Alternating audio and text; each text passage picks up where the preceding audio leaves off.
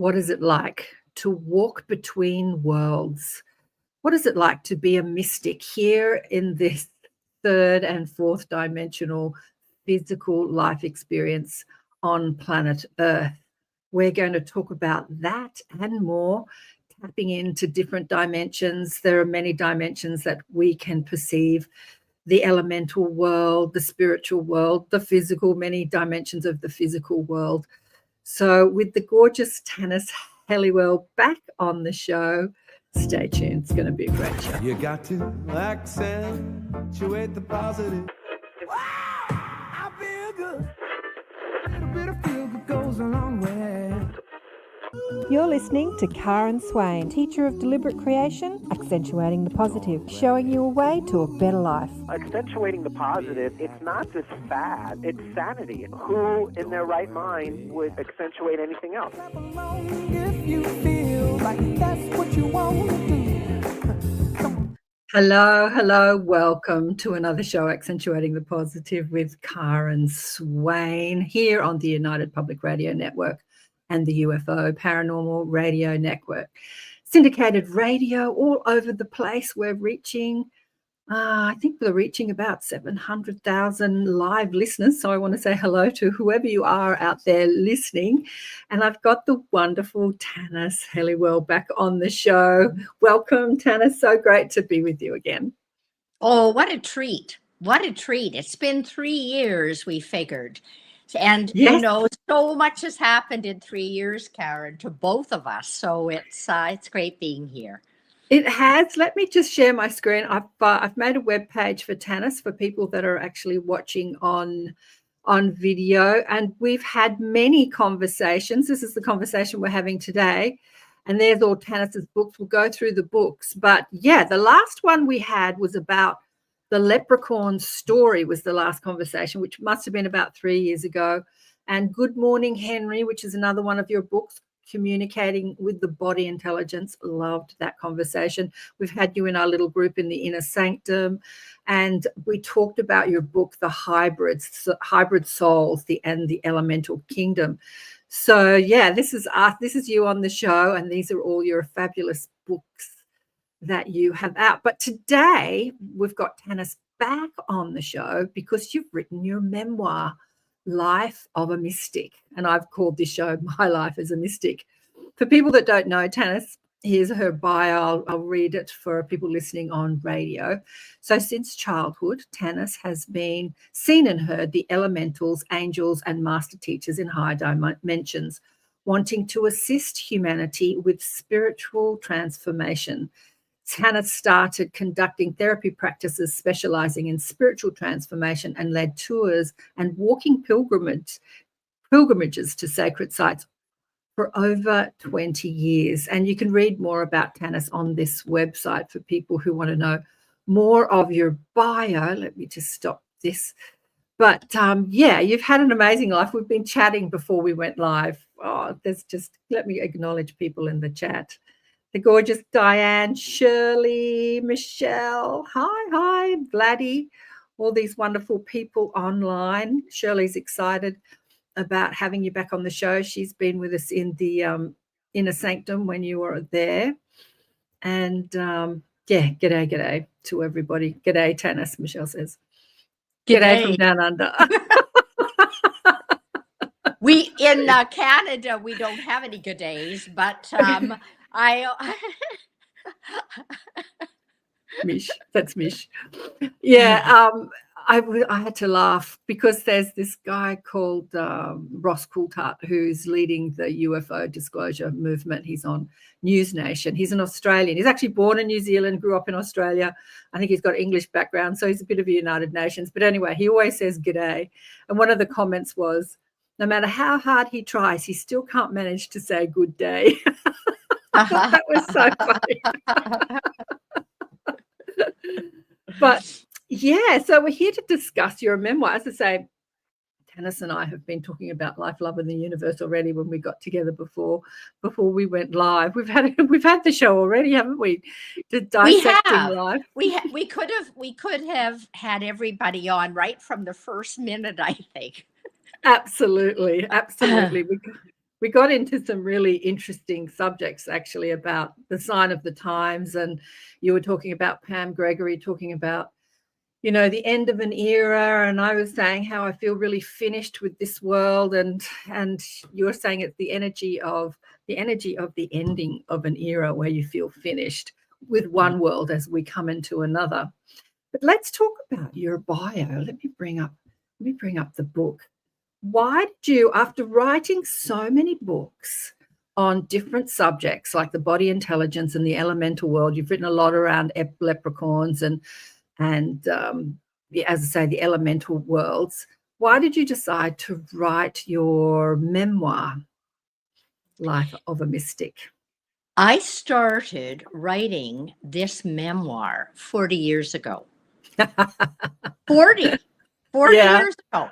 And then, 30 years ago, I started writing it. And then I didn't touch it for 3 decades. I would pull up what I wrote once every 10 years. And I would look at it, and I wouldn't be able to move forward, and I wouldn't be able to edit it, nothing. And then 2 years ago, my brother was seriously ill, and he ended up dying. Mm-hmm. And I redid my will, and I was saying to you, Karen, before we went on, you know, that I had this sense of ending my own life, even because my brother's was. And so I said, you know what? It's time to finish off this memoir 30 years later, because I felt that I wanted to burn all my diaries, all my journals. I've kept journals ever since I was 13 or 14 years old.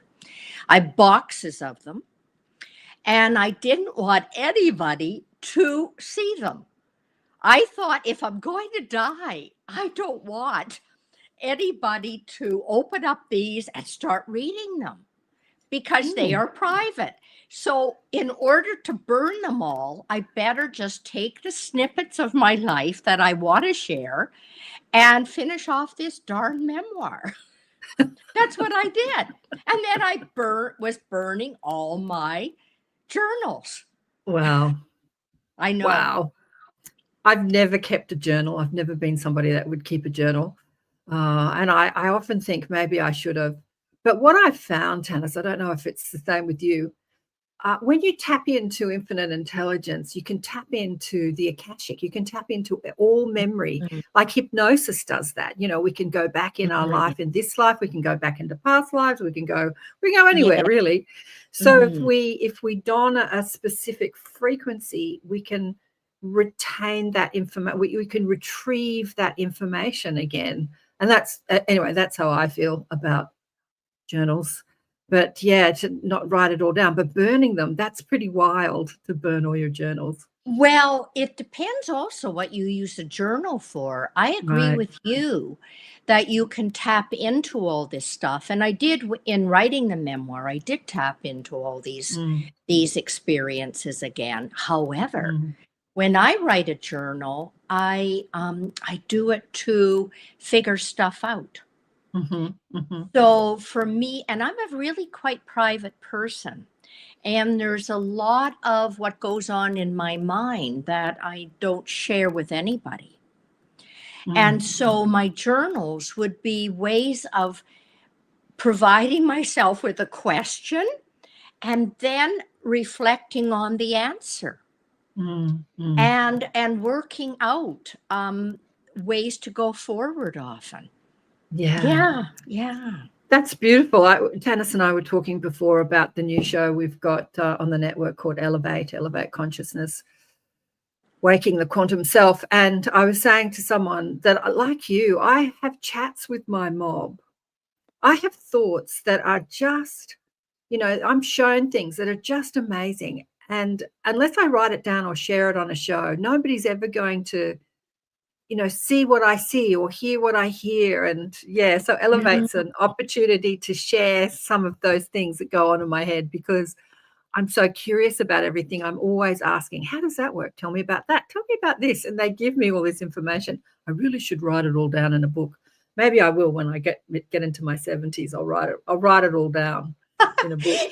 Maybe you will. But what I also found is things that I thought I was finished with, or, I'd come to a level of understanding on something when I would be looking at my journals from 30 years ago, I found that I had moved on. Wow. Yeah. That I'd moved to a different level of understanding, what I would think is a more profound level of understanding. So I've often said that truth evolves. Truth evolves to the level of our vibration, our frequency. Absolutely. And so it was an opportunity to actually see that I had grown spiritually by how I was reflecting on things. That was interesting too. Yeah. I have a friend who keeps a journal, but she writes about everything. She writes about what she had for breakfast, when she caught the bus that day. She went to the bit. I don't know, like Diane says, she's kept journals since she was 10. She has over 100 journals to figure out her life as well. Ooh, I wonder if you're going to write your memoir, Diane. Are you going to write? So I hear that you write the journals to sort of, see your spiritual evolution. Do you think it's important to write about the details of our lives as well, like what we ate for breakfast and stuff like that? Do you think that's important? No. Well, I didn't write things like that. I often would write like a to-do list and a reflection, sort of like, should I get this publisher or this publisher? And then I would weigh in on it, or do I want to lead a tour to the sacred sites of Japan, or should I lead them to the American Southwest or Australia? And then I'd weigh in on it. So it was a way of moving things outside of myself. Yeah. Sounds like it was a way of discussing it with yourself as well, like discussing with it my higher self. It was a way yourself.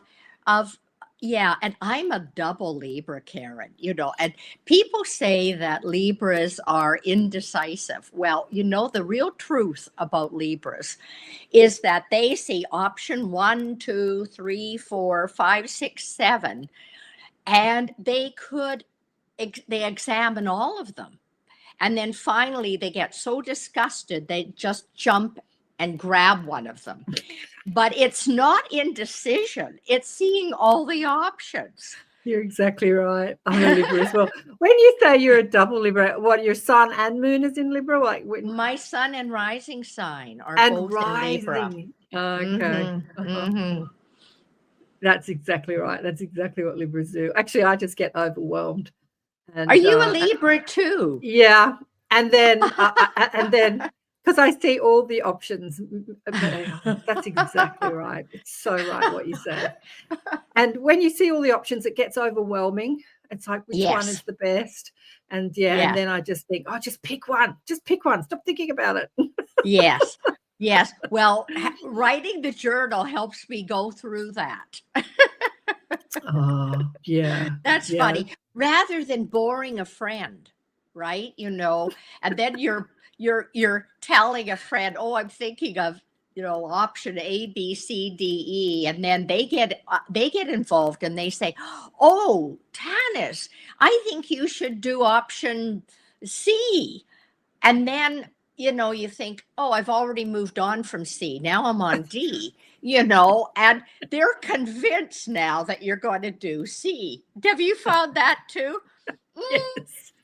Yeah. I don't actually want anybody's advice. I just want to bounce it off them. Exactly. Well, I don't bounce it off them. I bounce it off my journal. So I keep my friends that way, and I don't drive them as crazy as I would be driving myself. Shirley says here, double Libra, wow, awesome. 360-degree vision. Is that why you see the fairies? Maybe. So Yeah. a life as a mystic, what's it been like for you to be a mystic and walk in the world where most people don't understand that you can see other dimensions and subtle energy and speak to other beings who exist in the same space? What's it been like for you, Tanis? Well, I was born that way. So I was conscious before I was born.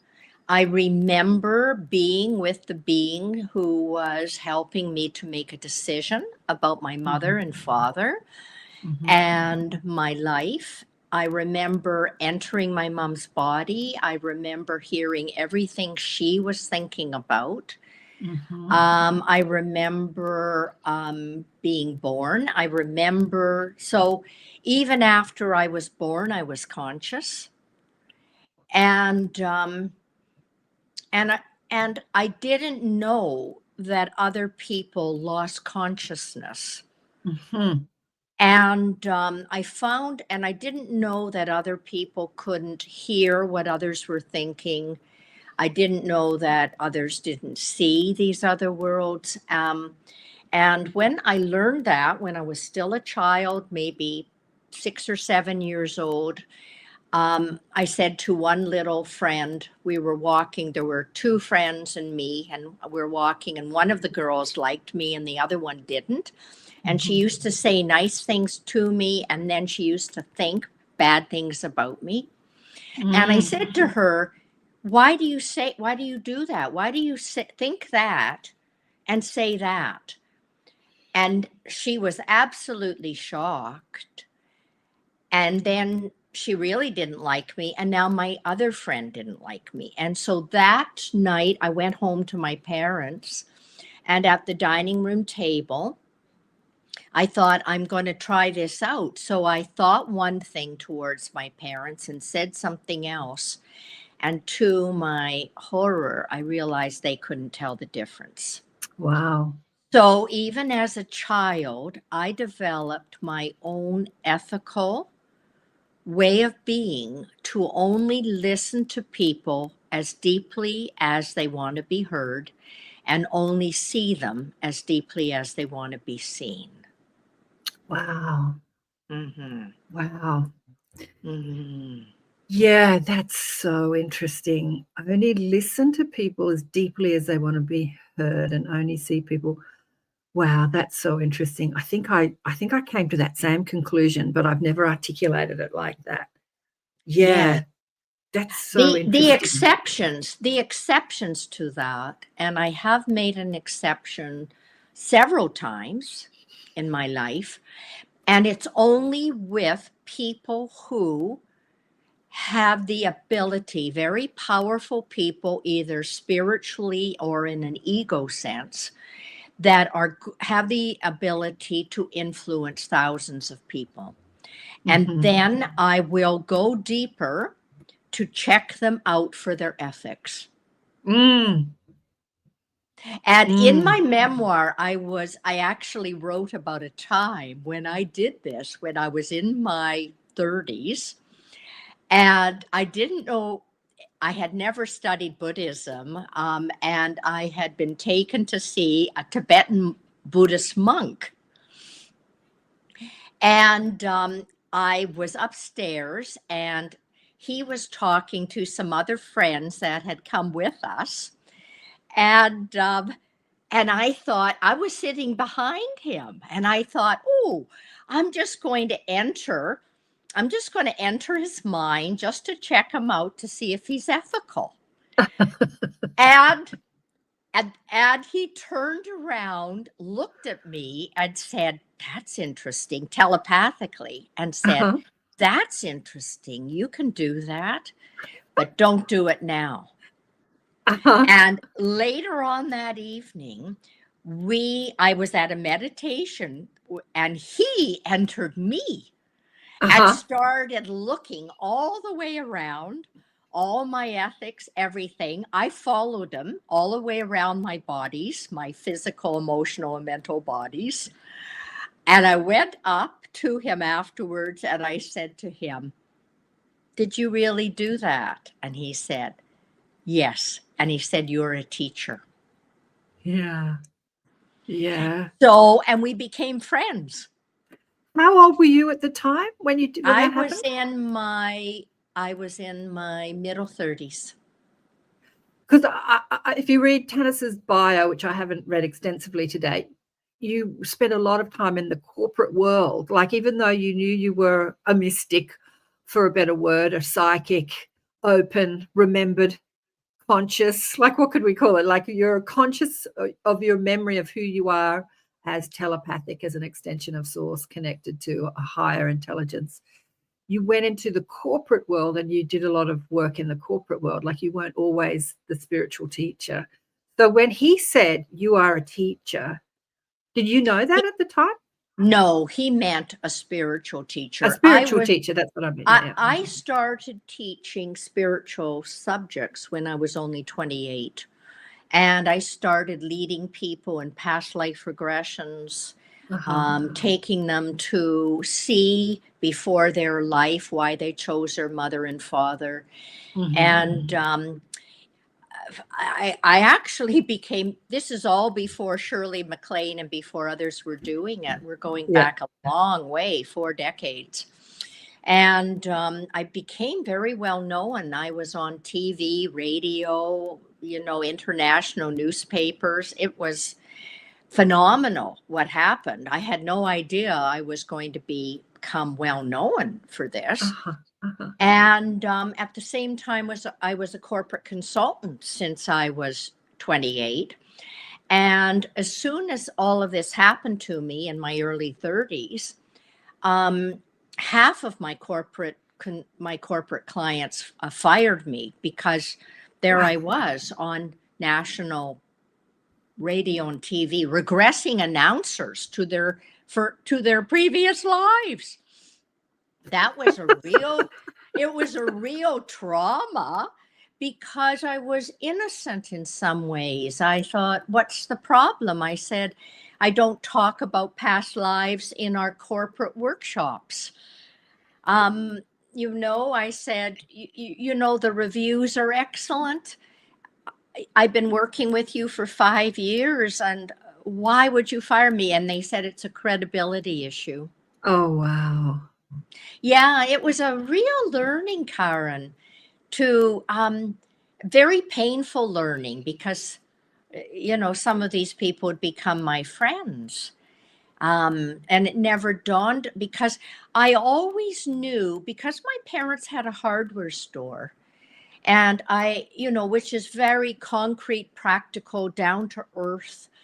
I knew from a very early age what I could talk about and what I couldn't. And I never told my parents about any of these things that I was doing. No. Yeah. As I hear you, as I listen to you, I'm thinking, does that still happen in the corporate world? Like, does that still happen? How far have we come in 4 decades? I mean, if you're in the corporate world working in a mainstream job and you're talking about, past lives or talking to spirit, do they still see you as not being credible? I wonder how far we've come. Yeah. What does Mish say? Mish says that they didn't want you to see who they really were, maybe. Yeah. I remember saying this to a girlfriend who's since left her body. She used to tell little white lies to make, to embellish her stories. Never let a lie get in the way of a good story.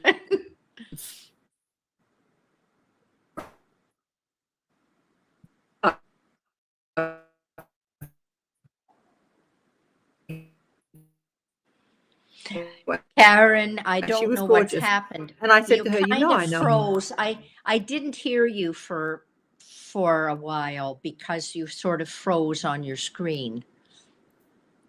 There we go.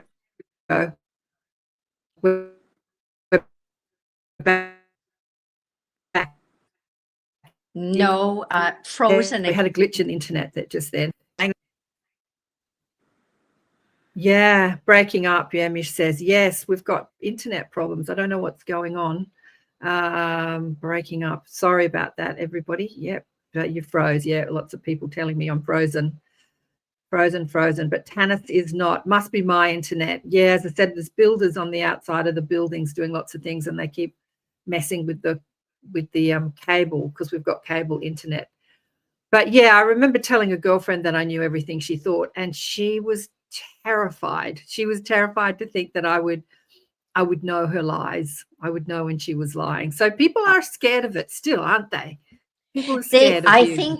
I think that they are, and I decided to say all this in the book anyway, because I'm just too old in the tooth to hide anything anymore.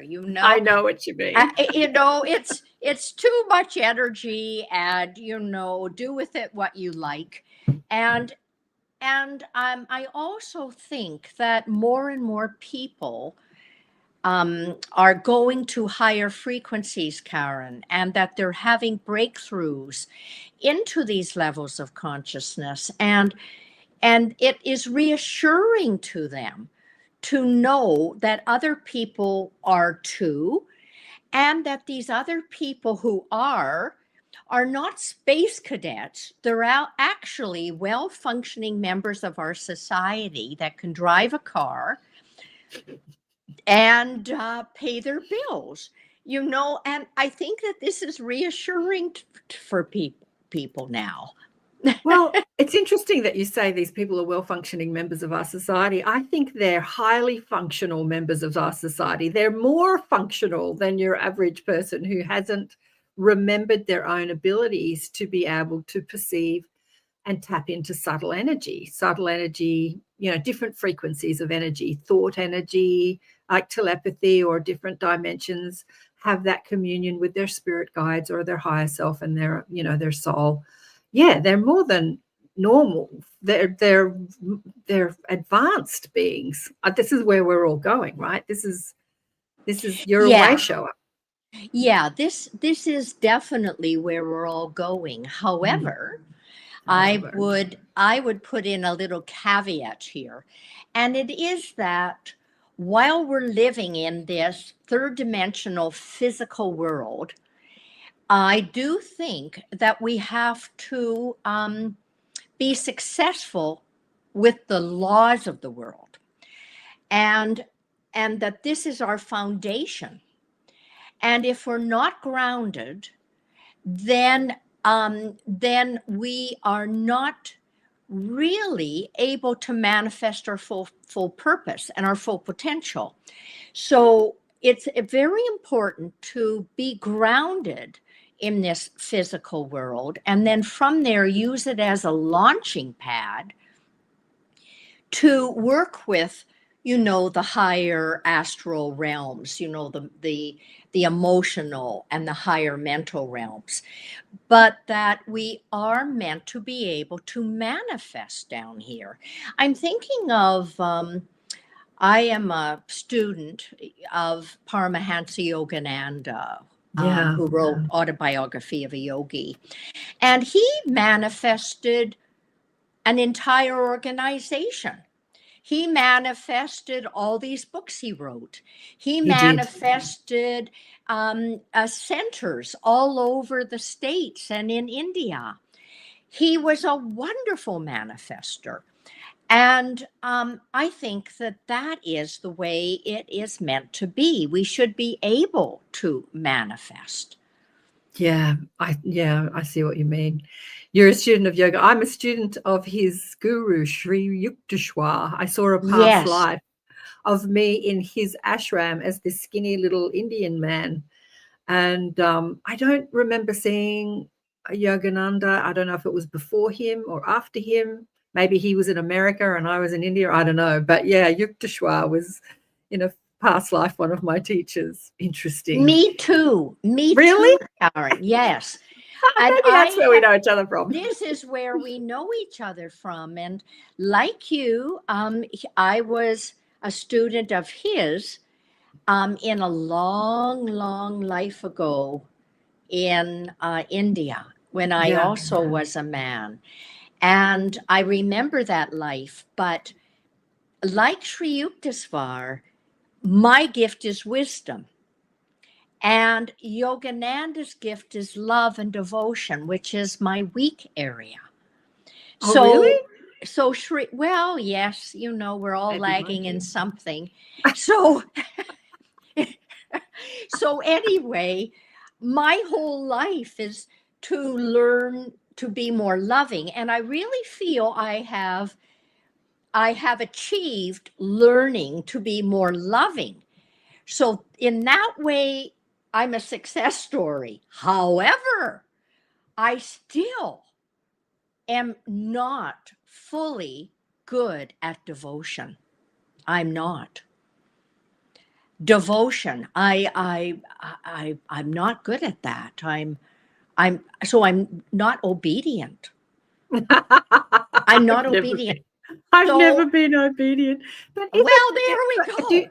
do we have to be obedient? I don't know. I think in this age of, like I was telling you before, this week on Elevate, we talked about the hypnosis of social conditioning. In this age of disclosure, where we're uncovering a lot of the lies that we've been living after, I think being disobedient in many ways allows us to see outside the hypnotic box that we've been in, you know, like the conditioned thought forms, the programming.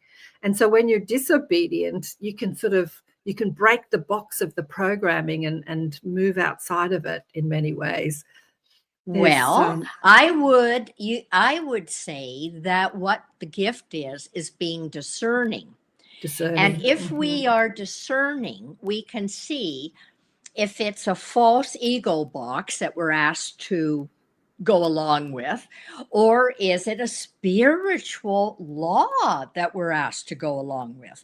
I have no trouble at all being disobedient to any false ego-centered law, but I do not want to be disobedient to higher spiritual laws. Yeah. Mish has a question here. She wants to know, have you ever come across anyone you couldn't tune into? Interesting, Mish. Thanks for your question. Not really. For you. Not really.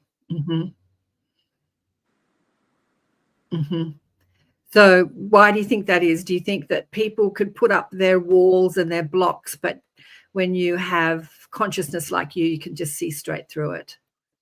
Yeah, really.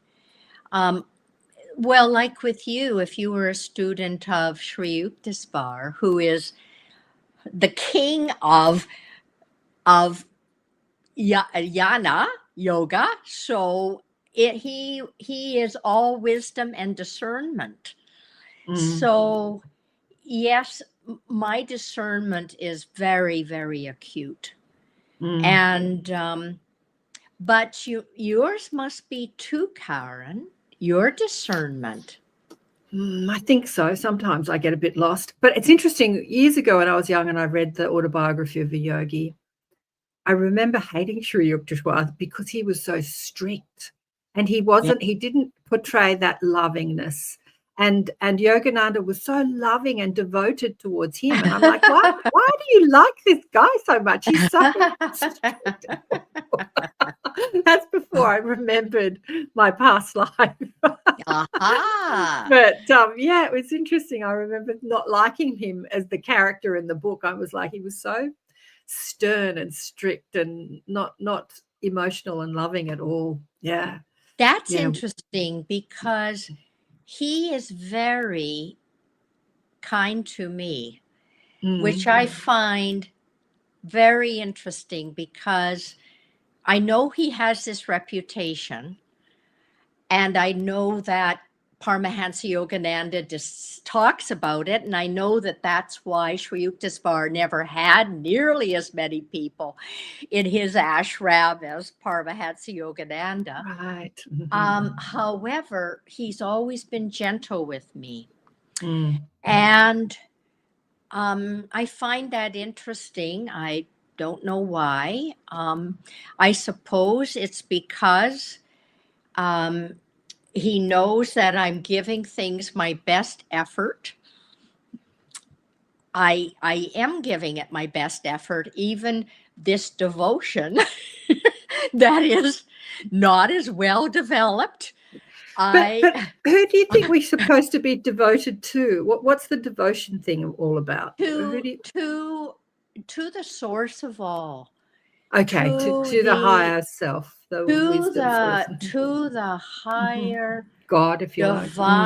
divine Father, of which all enlightened masters are united with.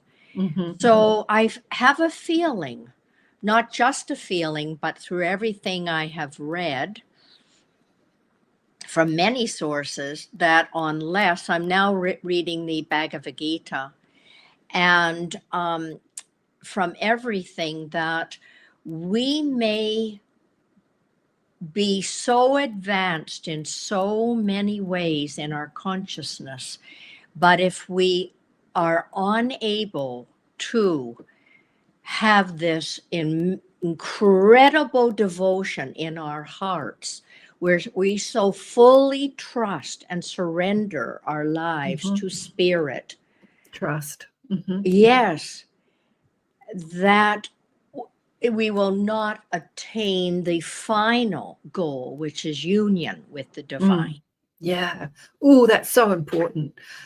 Yes. I was talking with Tanis before about how long I've been doing this. I've been showcasing new old teachers for about 25 years, about 16 years on media.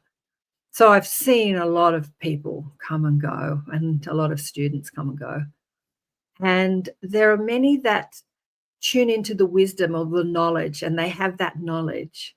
It's a bit like that movie, A Beautiful Mind. You can be really intellectual, intelligent. You can tap into infinite intelligence. But if you don't have the devotion or the love that goes along with it, you can kind of, you can go stir crazy. You can go a bit crazy. I've seen people's minds sort of make them crazy because they've got so much wisdom and so much knowledge, but there isn't this, what's the word, grounding factor, thoughting factor, which is that devotion you're talking about, or that love.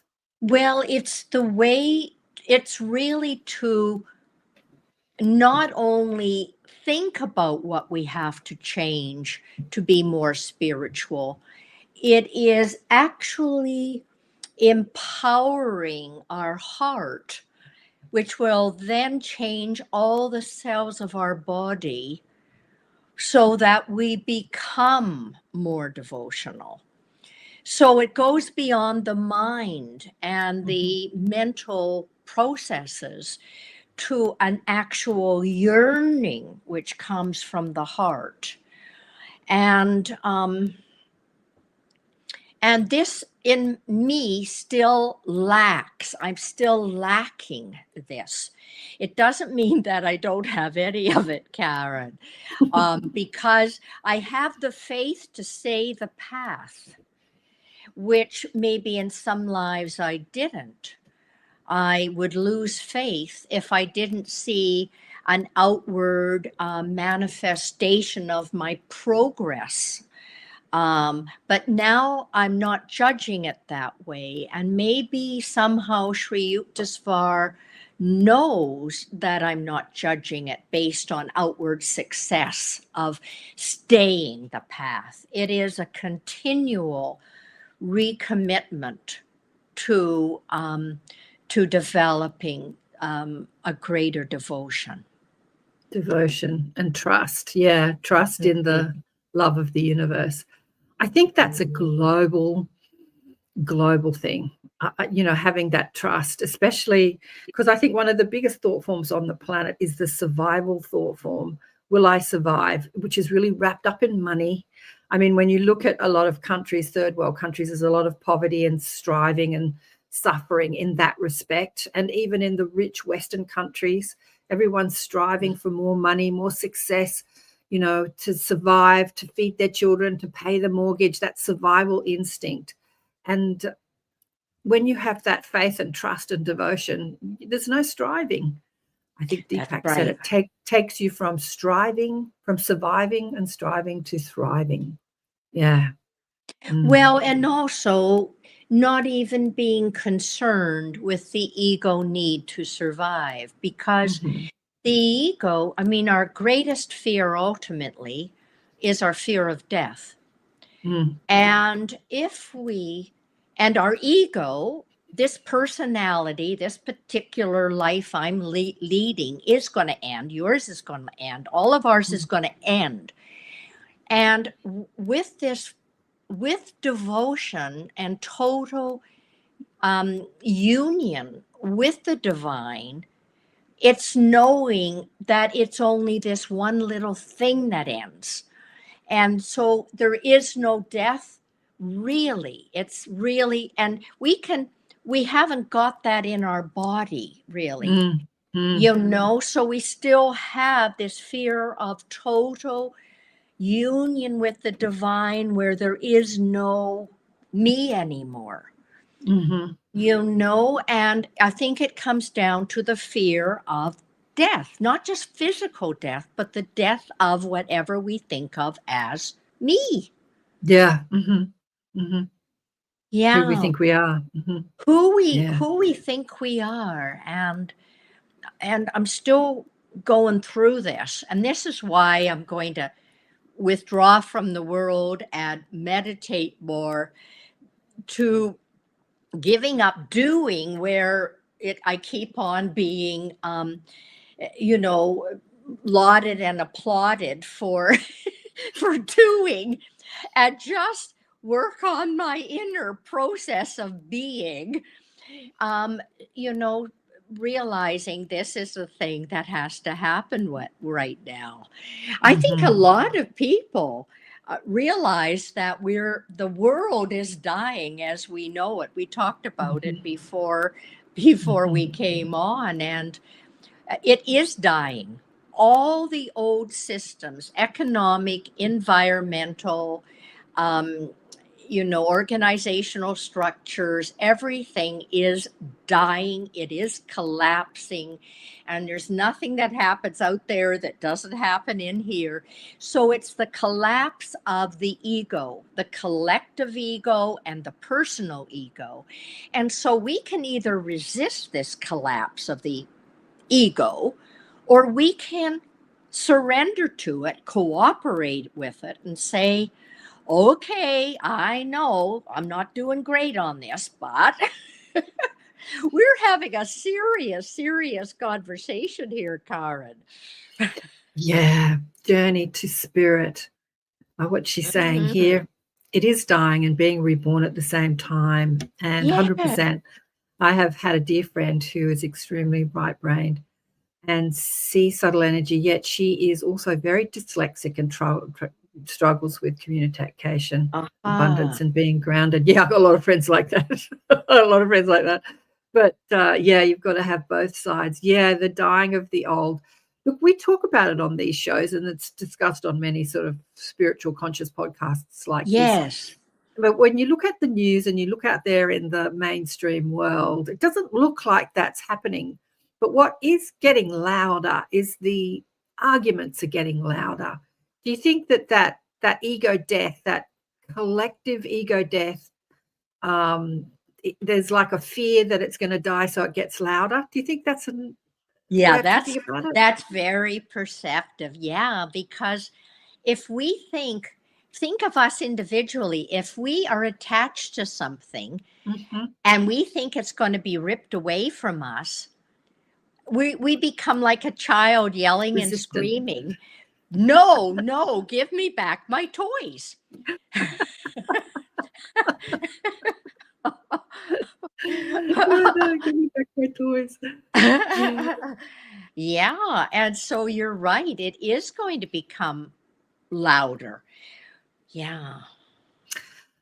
You, in the last couple of years, you've written a few books, and one of them we haven't talked about on the show, which is really interesting. We touched on it in other shows. Was let me just bring this up again. Was the Dragon book? So we're talking about you walking between worlds and Yeah. dragons. I remember hearing Joe Rogan. So some mainstream news person tried to discredit Joe Rogan and said, oh, you can't listen to what he says because he believes in dragons. And he thought that was hilarious. And so on Twitter, he changed his handle to Joe Rogan Dragon Believer. I don't know if he does believe in dragons. Yeah, the book That's that you funny. wrote before this one is A Dragon's Tale. What's that one all about? Well, as you said in your introduction, I'm quite well known for books on elementals. And I wrote 3 books on elementals with my leprechaun friend, Lloyd. And I thought that that was it. I was just going to be with humans and elementals. And then Mahavatar Babaji, who is that eternal youth who lives in the Himalayas, who was part of the lineage of Sri Yukteswar and Paramahansa Yogananda, for people who are wondering who the heck is Mahavatar Babaji. And he appeared to me in my meditation. And he pulled me into a high astral realm where I looked down not only on our planet, but on different planets in our solar system. One was Draco, the planet of the dragons, and the other one was the planet for the Mer people. And he turned to me and he said, and he had never spoken to me before, and he said, you've done enough for the elementals. What about dragons? And he turned my attention to the dragon world. And I was so shocked, I went right back into my body. And I thought, oh, well, maybe I'll just ignore that. And a couple of weeks later, he pulled me up again and said the same line. And this time I heard a dragon on the dragon world summoning me.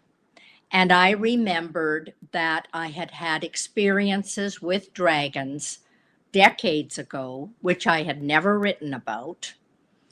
And so I thought, I will write that book. So I put off writing that book.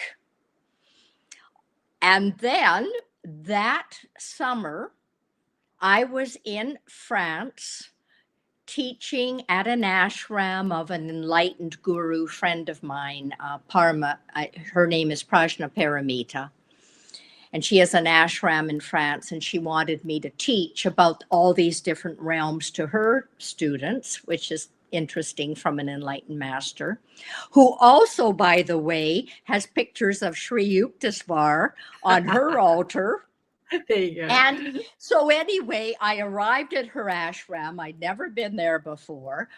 And she's taken me around the whole ashram, and it's like acres and acres, hectares of property. I think it was like 23 hectares or something. Is and this we in come India? In India? In France. Oh, in France, right. Yeah. And so she took me into the forest and she said, Tanis, I tell everybody else not to come here. But when we had a ceremony here, a fire ceremony, and we had our teachers come from India to lead this fire ceremony, they saw a black dragon arrive and go into our forest. Wow. And I felt, I have to bring you here. She had no idea that I had been told by Mahavatar Babaji I had to write this book on dragons. And there was the dragon waiting for me. Wow. So because I had put it off.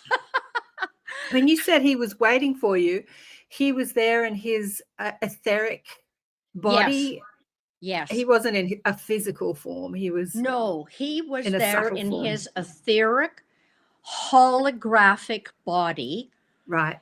from projecting it from the dragon world, and it turned out to be this dragon who I had had an experience with 30 years ago prior to this. And he had been, I won't tell the whole story. So anyway. I want to know a little, I mean, you've written a whole book about it, but I want to know what he wanted to share with you in a nutshell, like, or he some of wanted to, the book is written in 2 sections. One section is all about how dragons are and have been involved in human evolution right from the beginning. Right. And that this is what they do. They catalyze life all over the cosmos with their fire, which actually triggers the kundalini of the planet, and it triggers ours as well. So that the first part was all about how they've been working with humans. And then the second part is he took me to the dragon planet, and I had this whole experience on the dragon planet. Whoa. And found out that on the dragon planet, I am a dragon and I am his sister. Wow. I am his sister dragon on a dragon planet. And then I realized we are different beings in different solar systems in the cosmos.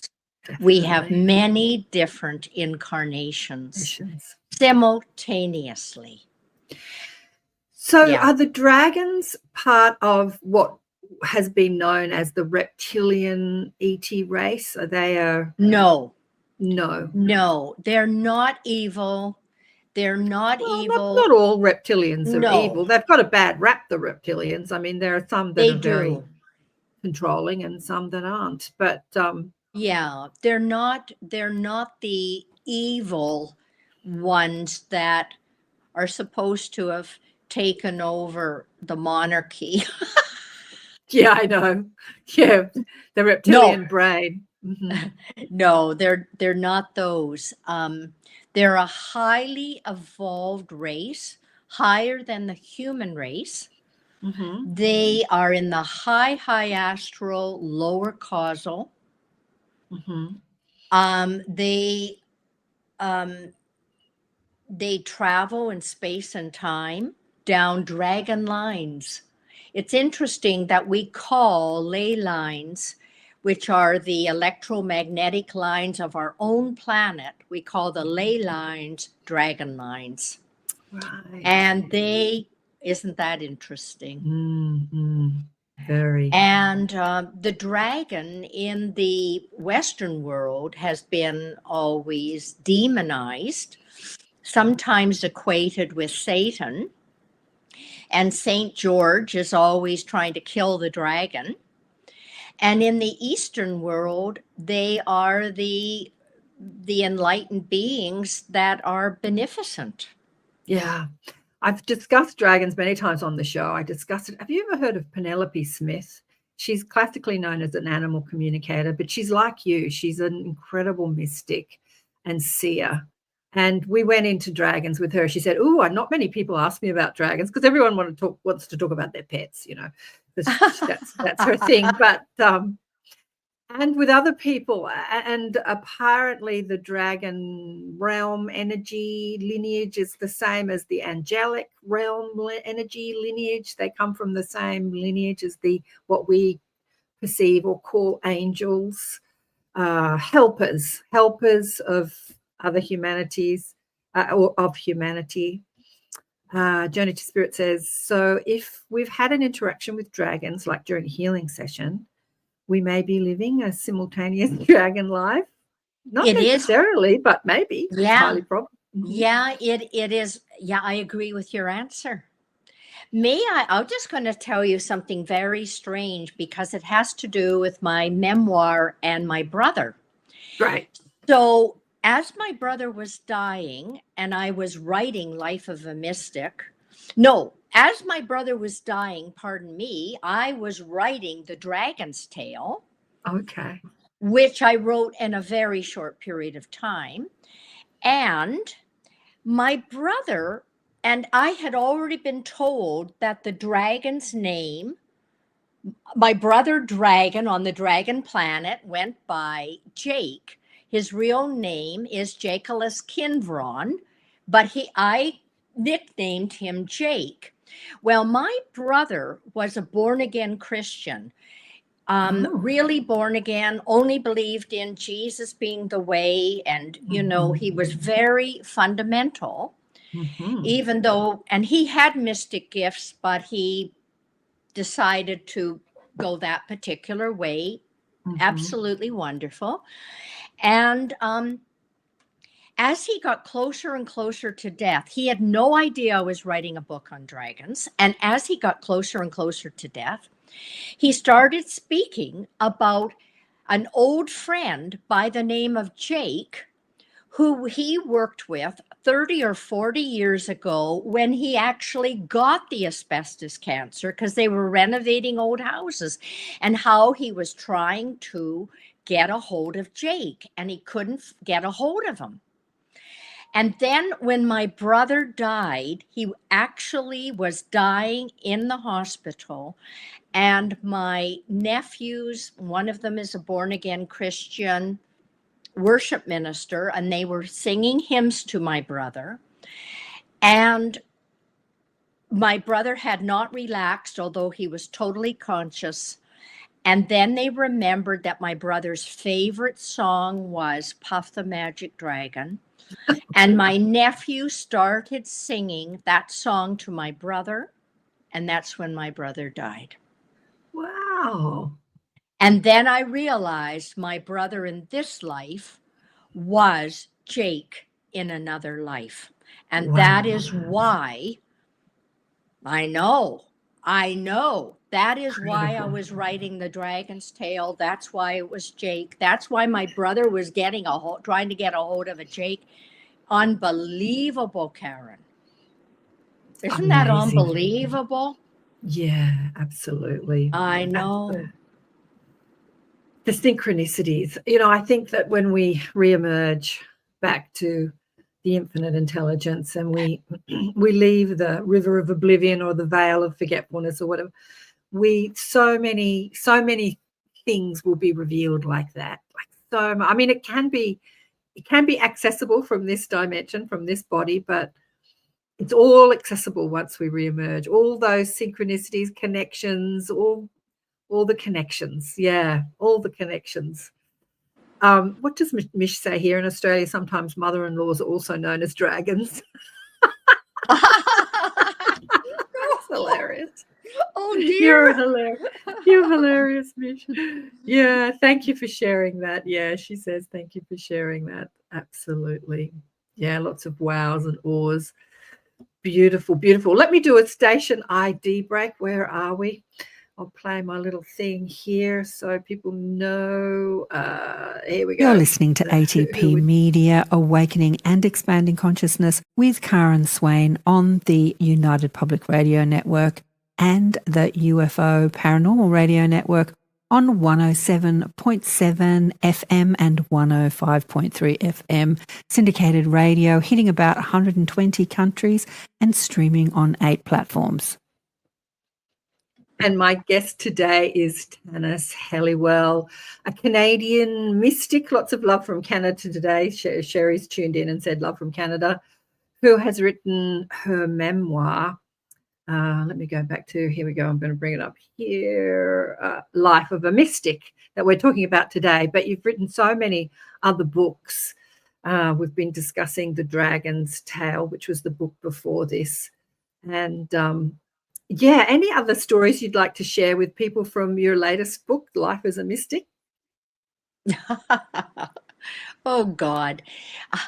It's funny because having finished the book, I feel I'm finished with my stories about my life. Funny, isn't it? It's so very, very funny how that is. And I have never been one. I'm a really private person, although because I have Irish ancestors and can tell a good story, people always think, oh, they really know me, and and I'm so outgoing and extroverted. And the truth is, I'm very private, and I only share certain stories. And in Yeah. this life of a mystic, I ended up sharing things that people who've known me their whole lives have Never knew. no idea about. So And I people only, have to, yeah, sorry, people have to read the book. On the link in the description under that, it'll take you to the webpage I've created for Tanis, and you'll see all her links there, including all her books if you want to buy all her books. But Steph has a great question here for you, Tanis. Tanis, do you have any insights as to why you were able to come in with remembrance and your abilities? Was it something you earned through other incarnations? What a great question, Steph. Thanks for that. I think it was a combination of, yes, something that I had earned in earlier incarnations, as well as it linked to my purpose in this life. That as Mahavatar Babaji, as I learned through that, and as, and also through writing these books about other realms, I've realized that my purpose in this life is to be a bridge. Mm-hmm. It's to be a bridge between humans and other beings, between humans and other planets, humans and other evolutions, and to tell them in stories that people can read almost like novels, rather than as, like a self-help book. For some reason, this was what I was given to work with, my ability to tell stories like novels, but have it be true. And it helps people to see and to trust somehow. I think that's it. And Yeah. yeah. Vladdy wants to know, what do you feel everyone can achieve in terms of spiritual abilities? I guess when he says everyone, we're talking about how we're evolving as a human race, where the collective consciousness will be more in tune with like what you're in tune with. Well, we're kindergarten creators. We're We are. gods in training. Mm-hmm. So how wonderful, we're gods in training. And we all have a gift in some area. And we talked earlier in this program with Karen about how devotion is not my big gift and how I realize it. And I strive to do that and learn that as much as somebody else is striving to learn about their past lives. Mm-hmm. So we all have a gift. We're all unique, just like a snowflake. And we all have to celebrate our gifts, celebrate them, use them. At the same time, be modest and humble about what you lack, and find others who have it and study with them, read their books, trust them, get friends that are like them, and work on your weak area, because we're always held back by our weak area, not by our gift. Yeah, interesting. And what about the future, Tanis? How do you perceive a future where this understanding is more mainstream and people are coming online with that ability to perceive more subtle energy, different dimensions, and talk with other worlds and other realms? What do you think the future looks like to you? Oh, I think that we are meant to be clairaudient, clairvoyant, clairsentient. We're meant to be totally conscious in the astral realms, of which there are many frequencies and many worlds in the astral realm. And so it's all depending on the frequency of different planets. And so we are we're meant to be totally conscious, co-creators with the divine and other wonderful conscious beings. And yes, it's wonderful. We are alive right now. We are pioneers, people who are alive here on the earth. We are pioneers, and we're meant to be bridge builders between the Piscean and the Aquarian age. And the Aquarian age is the enlightened human. Yeah. So we're all moving there. You once said to me on one of the shows that we've had together that the fourth dimension is merging with the third dimension. And so that subtle energy that we know as the fairy or the elemental world, which is a world that exists simultaneously with our world in the same space, it's just a different frequency, will become more known and more seen through our physical senses. Yes. Yeah. Do you want to talk more about that? Well, it's exactly as you say, Karen, that there's a bleed through now. It's like people's crown chakras are starting to open, and it's opening because people are doing their own work. If we do our own work and we attempt to, the best we can, we attempt to lead good lives. We attempt to be good citizens on this planet. We attempt to caretake other beings and other, even octopuses. Or is it octopi? I don't know which one it is. But we realize that there's so many sentient beings here, crystals. But that they're all have a different degree of sentience and other gifts that we don't have. And we somehow realize, everything is alive. And this is happening. We're becoming aware, even mainstream's becoming aware of the interconnection of all sentience on our planet. And so as we realize that in the physical world, we're starting to, we're changing. And now we're having bleed throughs into all of these other realms. We're seeing angels, we're seeing UFOs, we're realizing crop circles are not being made by farmers and tractors, and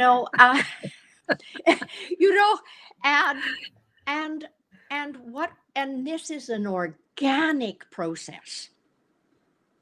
Yeah. Our Earth is being reborn as a conscious planet, and we are cells in the body of the Earth. We're beautiful cells. Everything that happens to the Earth happens to us.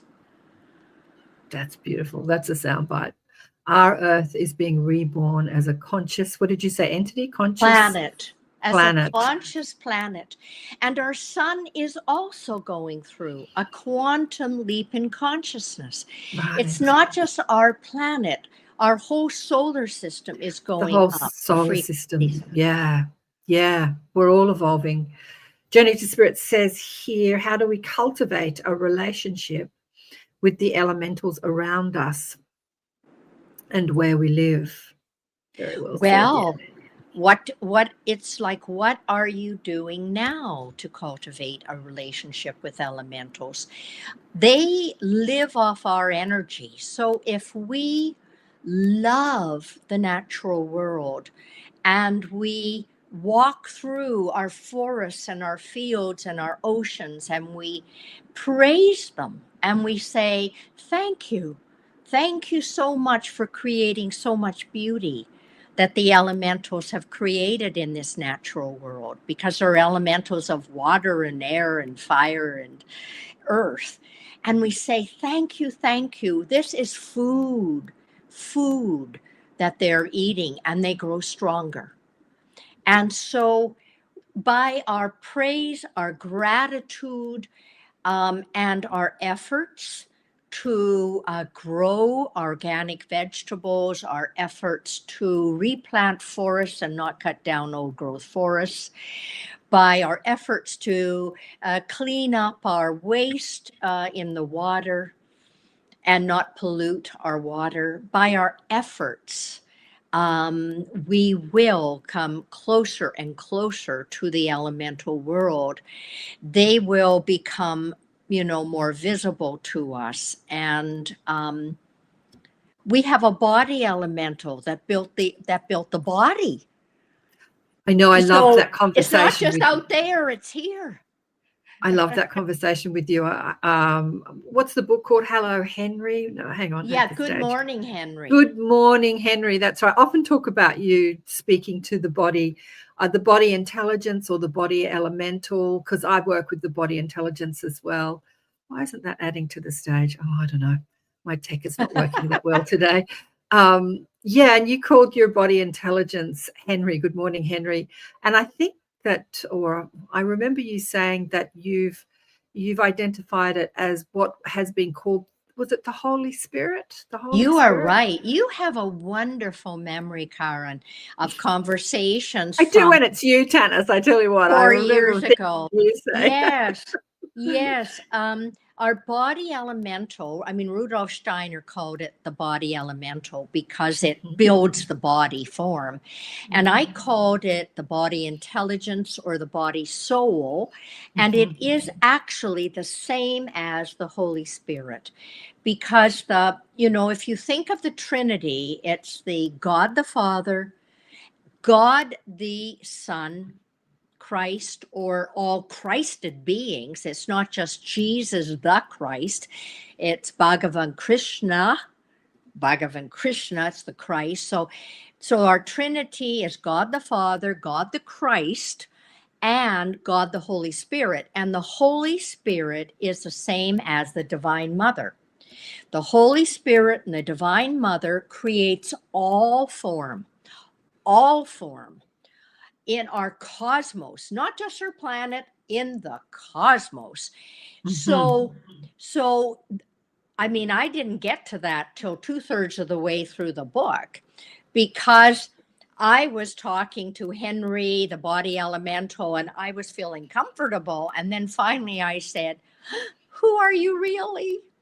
And then, my God, it's the Divine Mother, the Holy Spirit. I don't know if I would have started the book on such a conversation if I'd known, because we think, oh, little me speaking to the Divine Mother, little me speaking to the Holy Spirit. So that creates all form. So yeah, wow. when you think about it, as we have the feminine, the mother, the feminine in this world, as we've separated into masculine, feminine, the mothers are creating the body of another human being. So it would make sense, right? So if the mothers create babies, then you would speak to that, that Divine Mother energy when wanting to create anew in your own physical body. Yeah, create a new body. If you're not liking the current body you're wearing, create a new one. Speak to the body intelligence, the Divine Mother. Well, we know that some of the cells of our body only last for a few seconds. Other cells last for minutes, but that literally our entire body is remade every 7 years. So who are we really? I like to say we are a hologram. That's all we are. We're a hologram being created by our mind, and we keep on creating a hologram. That's what we're creating here.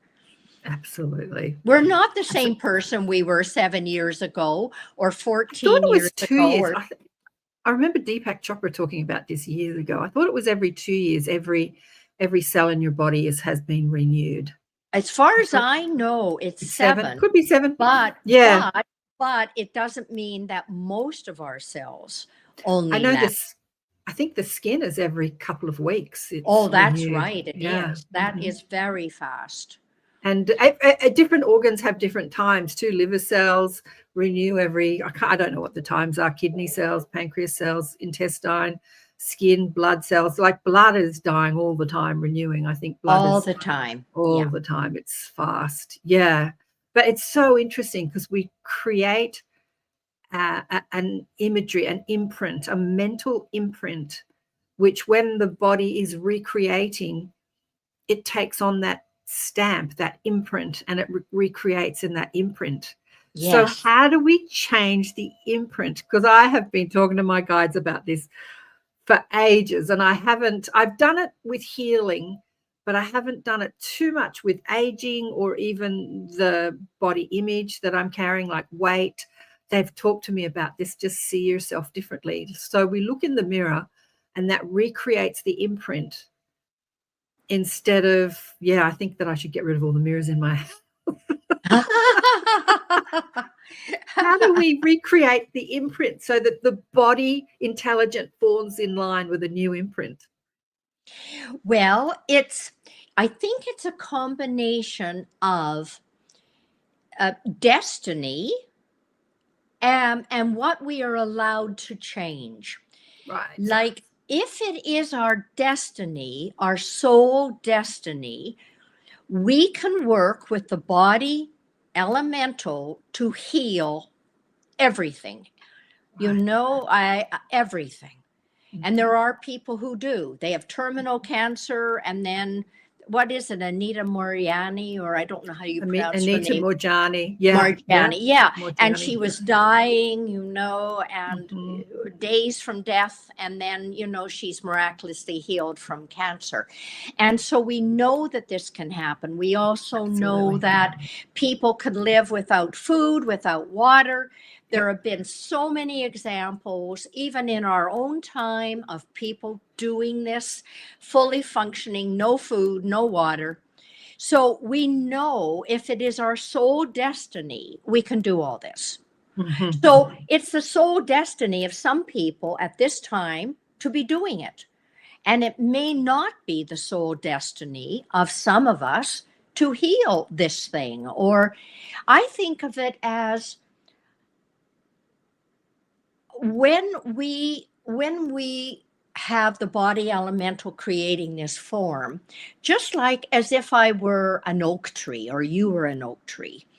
And it starts with this little acorn. And that acorn is completely unique. It's going to be a completely unique oak tree that is going to grow in a certain way and live to be hundreds of years old. Mm-hmm.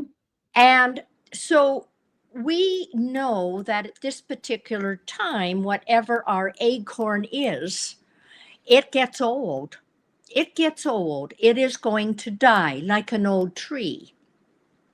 This is at this particular time on our planet how things go. And yet, when I see people who are dead in the astral world, they go to their favorite time. I'm sure you find that too, Karen. Yeah. People go to their favorite time. And if they thought their favorite time was when they were 25 or 45, that's the image that they then have in the astral world. Project, yeah. Mm-hmm. Exactly. And so in the ethers and the etheric world, we will have this favorite time. Mm-hmm. And there are beings, enlightened masters, who do appear physically, like Jesus was able to appear physically all over the world and at the same time. And there are so many we know that Sri Yukteswar appeared physically to Paramahansa Yogananda and Paramahansa after his death. And Mahavatar Babaji, physical body, and yet, all over the place. So we know that when we are really an enlightened being, we can completely recreate, just by our mind, the exact form and remanifest that form physically in front of you, in front of me, whatever. We know that. Yeah. So it all comes down to do our work. Keep on meditating. Masters of mind, masters of molecules, masters of manifestation. It's that journey to mastery, mastering frequency, mastering vibration. Yeah, the angelic realm does the same thing. They can manifest what appears to be a completely physical body. You can see it, you can smell it, you can touch it, but yet they've manifested it from, I don't know, molecules, ether, to present a message, or like we've heard many stories of people disappearing, like angels being there in times of trauma, and then they disappear, they vanish, and masters of energy, masters of molecule. Anything's possible in this world of Totally. anything's possible. Yeah, anything is. I was listening to a podcast show, two people talking about the UAPs and ETs and stuff like that, and they were going down the rabbit hole, but then they'd hit a wall, and they were saying, do you believe in the secret space program and the 20 and back? And they were going into concepts which seem completely crazy to us, which probably this conversation seems completely crazy to most people, listening from the mainstream world. And it's funny how their belief took them so far, and then they hit a wall and it stopped. And it was interesting to hear their conversation, because when you understand that anything is possible with consciousness, right? You can create anything. Yeah. And anything is possible. So why debunk any of it? Like, thought creates. And so if you can think it, then it exists in some realm or some experience or some dimension. It's there as an experience that we can have. So why say it doesn't exist? Mm-hmm. Gosh, Karen, that is so reinforcing. I'm thinking of your image behind you and the water, and how Masaru Emoto and his book on messages from water, about how we can change the health of water just by our thoughts. And how when babies are born, they're 75% water, and the earth is 75% water. And is this an accident that we have the same amount of water as the earth? It is, sometimes it's right in front of our eyes. The truth is right in front of our eyes, and we don't need scientific evidence to reinforce this. It's it's like it's self-evident. Anything is common possible. sense. It's common sense, and people underestimate common sense.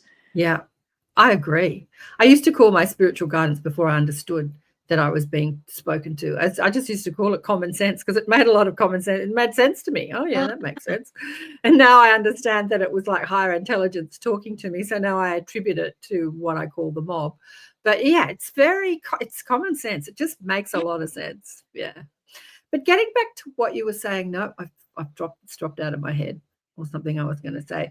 So Vladdy had another question where we are back, and he always asks this question, which I think is great. I'm going to get Vladdy to start his own podcast show. He says, what do you feel that people need to hear or know right now before we go? We've got about 7 minutes of the show left. Yeah. What would you like to share with people before we go? I've been sharing everything I wanted to share. We've had a good conversation. Yes. There's nothing that I'm dying to share that we're not sharing.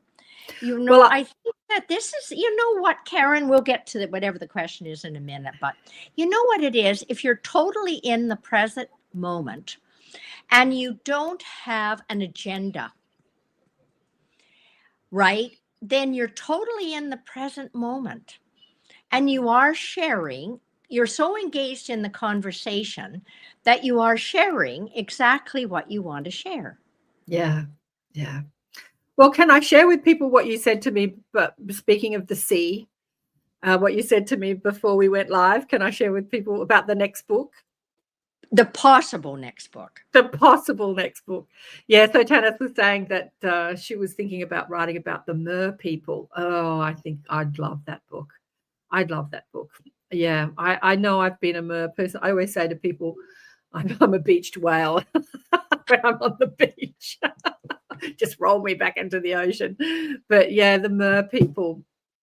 What's Diane saying here? This conversation isn't crazy to me. Yeah, I know. I love my tribe. Yes, Yogi, how do you say his name? I never get his. Says the field of all possibility is the source of all solutions, which is the unified field of the laws of nature. Oh, beautifully said. So And that's Maharishi also said, Maharishi. Maharishi also said, when 1% of the planet meditates, we will all move to a higher frequency. I did TM for 6 years earlier in my life, in my very early 20s, actually. And I actually saw him when I was still a university student. I went to a talk which he was giving at my university. And I started meditating because of Maharishi. Oh, wow. That's amazing. Yeah, so Maharishi was the guru to the Beatles, wasn't he? Yes, he was. Deepak often speaks about him too. Yeah, Maharishi. I remember he said something so profound. I heard it through Deepak because I used to listen to Deepak when I was having my spiritual awakening. And he was talking about a university that he was going to build. And a reporter said to him, well, we're a conscious university where he'd teach people about, things that you learn at university, but teach them how to meditate as well. And one of the reporters said, well, where's all the money going to come from to build this university? And he said, from wherever it is at the time. I use that as my mantra, honestly. I want to do something. Where's the money going to come from? From wherever it is at the time. He was so nonchalant, so no striving to raise the funds or how are we going to find the money? How are we going to find the money? Where's the money going to come from? Which is such a big question in the collective mind. Where's the money going to come from?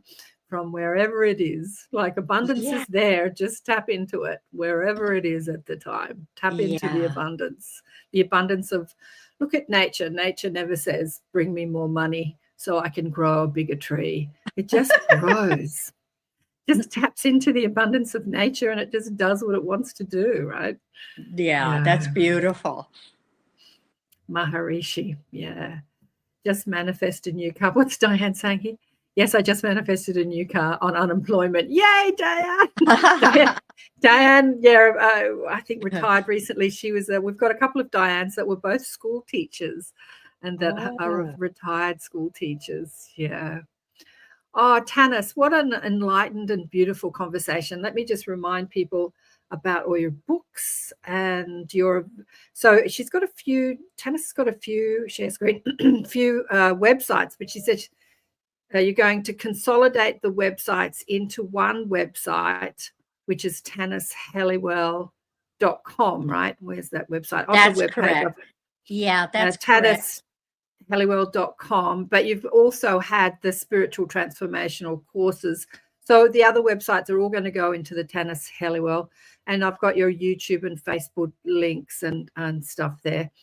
So again, Good Morning Henry is the book about the body elemental, the dragons, the hybrids. We spoke about that on the first show. I love talking about the hybrids from the elemental world, and you can always pick a hybrid and what elemental they're when you see a human. The high beings of Hawaii, Manifest Your Soul's Purpose. You've got so many beautiful books, and all these books on the leprechauns. I think, what was the first one? The Summer with the Leprechauns or Pilgrimages with the Leprechauns? That was the first elemental book. But do you know that I wrote my first book in 1988? Wow. And it was called Decoding Destiny, Key to Mankind's Spiritual Evolution. I wrote it in 1988 on the behest of Spirit asked me to do it. And I did not teach my own book until the year 2000. And then it took me 12 more years of teaching my book to rewrite it, to put it out again in 2012. And that still is my most spiritual book. Oh, interesting. Well, you've been busy. You've been a busy gal. No, how come the dragon tail's up there? Yeah, why not Life of a Mystic? I have no idea. Oh, sorry. I thought so. I was sharing something else. I wasn't watching. Oh, there we go. So here we go. There we are. I didn't realize you were looking at the wrong thing. That's I was all trying to right. share.